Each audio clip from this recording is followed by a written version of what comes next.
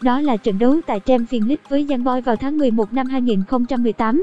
United giành được 3 điểm, nhưng đó là một chiến thắng cực kỳ chật vật khi họ chỉ có thể được ăn mừng nhờ vào bàn thắng ở phút 90 của Marouane Fellaini. Còn Rafa ngập tràn thất vọng và bực tức với phong độ của bản thân. Solskjaer quyết định dừng lại để trò chuyện với cầu thủ người Anh. Ông đã cố gắng khích lệ chàng trai 21 tuổi này và nói rằng anh cần phải thư giãn hơn vào lần tiếp theo được đối mặt với khung thành.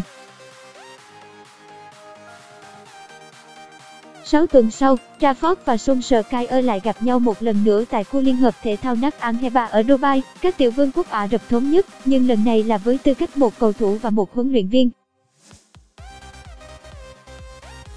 Thông điệp mà Solskjaer gửi đến cậu học trò của ông vẫn không thay đổi. Hãy thư giãn khi có được cơ hội, đừng nóng vội và bình tĩnh đưa bóng đến phần khu vực mà cậu muốn sút vào ở cầu môn. Vài ngày sau, Trafford đã kết liễu Tottenham Hotspur bằng cách ghi bàn thắng duy nhất trong trận đấu. Tuần tiếp theo, anh lại tiếp tục nổ súng trong cuộc đối đầu với Brighton và Hove để thiết lập cột mốc lần đầu tiên trong sự nghiệp ghi bàn trong 4 trận đấu liên tiếp tại Premier League. Anh đã ghi được 5 bàn thắng sau 6 trận được ra sân trong đội hình xuất phát dưới thời Solskjaer, người đã có được 7 chiến thắng liên tiếp kể từ khi bắt đầu đảm nhận cương vị huấn luyện viên tại Old Trafford. Nhưng thứ đã thay đổi không chỉ là phong độ của Trafford hay tâm trạng của anh. Chiến thắng trước Brighton đã đánh dấu cột mốc 1 tháng kể từ khi Solskjaer được công bố là huấn luyện viên của Manchester United. Và cho đến nay, mối lương duyên của ông và đội bóng này vẫn đang tiến triển rất tốt đẹp với 8 chiến thắng liên tiếp. Trafford đang bay cao, Paul Pogba đang lấy lại được niềm cảm hứng của mình. Victor Lindelof cuối cùng cũng cho thấy hình ảnh của một trung vệ trị giá 30 triệu bảng. United đã liên tục ghi bàn và giành chiến thắng. Top 4 hiện tại là một mục tiêu hoàn toàn nằm trong tầm tay, đó là một điều không ai có thể tưởng tượng được sau trận thua muối mặt mà United của Jose Mourinho đã phải nhận trước Liverpool vào đầu tháng 12. Ông đang cầm tay lái, cảm giác không thể nào tuyệt vời hơn, là câu hát đã được các cổ động viên hát vang trên khán đài Wembley trong trận đại chiến với Tottenham Hotspur. 2. Vị huấn luyện viên gần đây nhất của Man United giành được chiến thắng trên sân nhà của Tottenham trong một trận đấu tại Premier League là Sir Alex vào năm 2012. Nhà cầm quân người Scotland cũng là người đã tạo sự ảnh hưởng rất lớn lên tất cả mọi thứ mà Ole Gunnar Solskjaer đã làm kể từ khi ông trở lại với đội bóng mà mình đã cống hiến trong vai trò là một cầu thủ suốt 11 năm, từ năm 1996 đến 2007. Hai người họ vẫn thường xuyên liên lạc với nhau và Solskjaer đã đến tận nhà riêng của Ferguson ở Ilo để thăm ông, khi cựu huấn luyện viên người Scotland đang trong giai đoạn hồi phục sau khi bị xuất huyết não vào tháng 5. Một cách riêng tư, Solskjaer đã chia sẻ rằng kế hoạch của ông là thực hiện công việc của mình dựa theo tất cả những gì mà ông còn nhớ về Sir Alex Ferguson, thậm chí đến từng chi tiết nhỏ nhất. Chẳng hạn, tiêu biểu nhất là việc luôn ngồi ở hàng ghế sau của băng ghế huấn luyện tại Old Trafford như Ferguson từng làm, thay vì ngồi ở hàng ghế đầu giống như Jose Mourinho.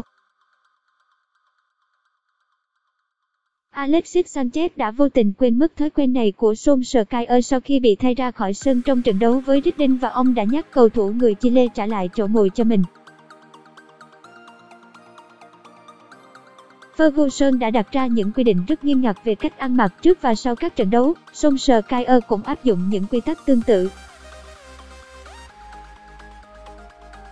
Khi United hành quân đến Anfield, cả đội đã sử dụng những bộ siêu được Pomit thiết kế riêng cho câu lạc bộ thay vì mặc những bộ trắc xuôi. Các cầu thủ được yêu cầu không được đội mũ bóng chày, đội mũ bo le hoặc những đôi giày có màu sắc sặc sỡ. Ngoài ra, họ cũng không được đeo trên tay những bộ headphone loại lớn khi rời khỏi xe buýt. Với những ai muốn nghe nhạc thì phải sử dụng AirPods một cách kín đáo.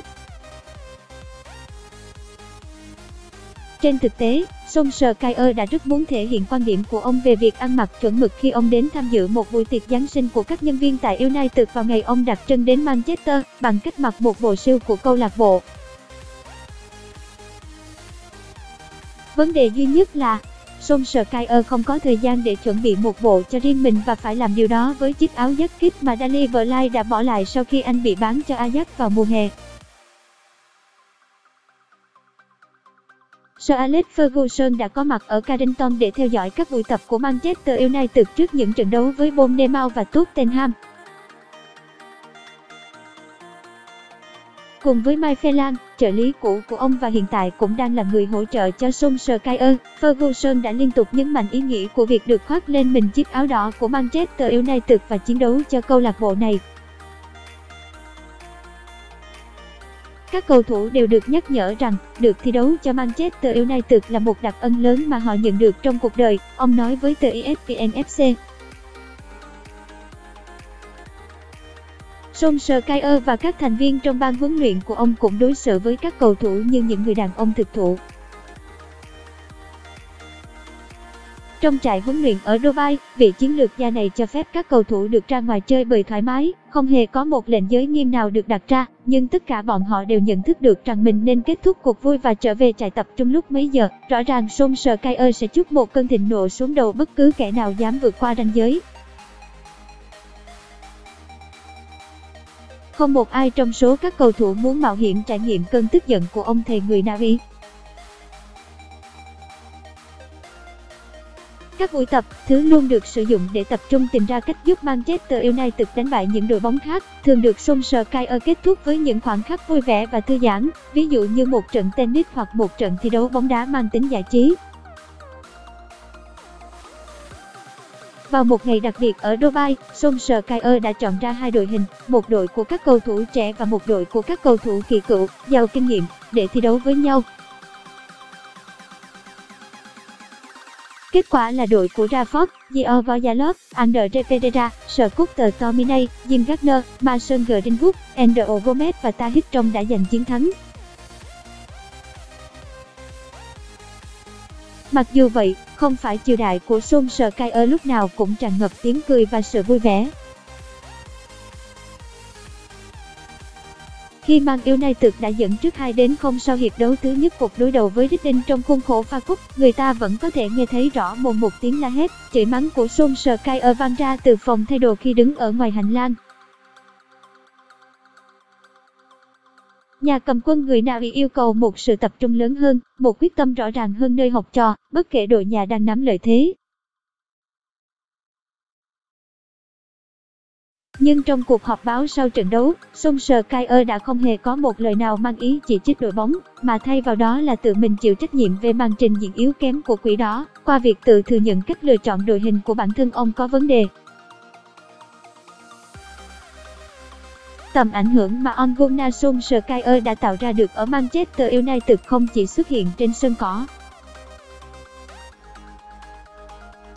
Tuy không phải là một tên tuổi lớn trong ngành huấn luyện và cũng không được Quỷ Đỏ xem như một sự lựa chọn lâu dài cho vị trí cầm quân, nhưng kể từ khi Solskjaer được bổ nhiệm là người thay thế cho Mourinho, số lượng người truy cập vào trang web của câu lạc bộ, cũng như tải app, đã tăng lên đột biến.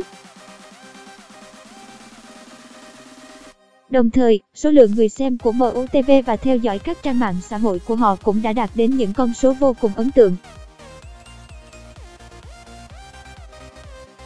Từ ngày 18 đến ngày 31 của tháng 12, United đã có 55,7 triệu lượt tương tác trên Facebook, Instagram và Twitter, nhiều hơn bất kỳ một đội thể thao nào khác trên thế giới. Tất cả mọi người đều hiểu rõ những gì đang diễn ra ở trong và ngoài sân cỏ tại Manchester United, một nguồn tin giấu tên nói với ESPN FC.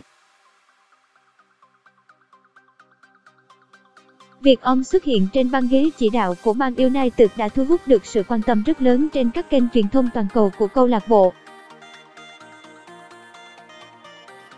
Số lượng vé bán ra cũng tăng lên đáng kể. Chính những chiến thắng dưới thời Solskjaer là một phần nguyên nhân, nhưng ngoài ra, thư bóng đá mãn nhãn và tấn công rực lửa mà ông mang đến cũng đã góp công rất lớn để làm nên điều đó. Nhiều nguồn tin giấu tên đã nói với ESPN FC, ban lãnh đạo đội bóng vẫn đang tìm kiếm một cái tên khác để thay thế ông và đảm nhiệm chiếc ghế huấn luyện tại Old Trafford một cách lâu dài, cho dù bất kể điều gì sẽ xảy ra trên sân cỏ từ giờ cho đến cuối mùa giải.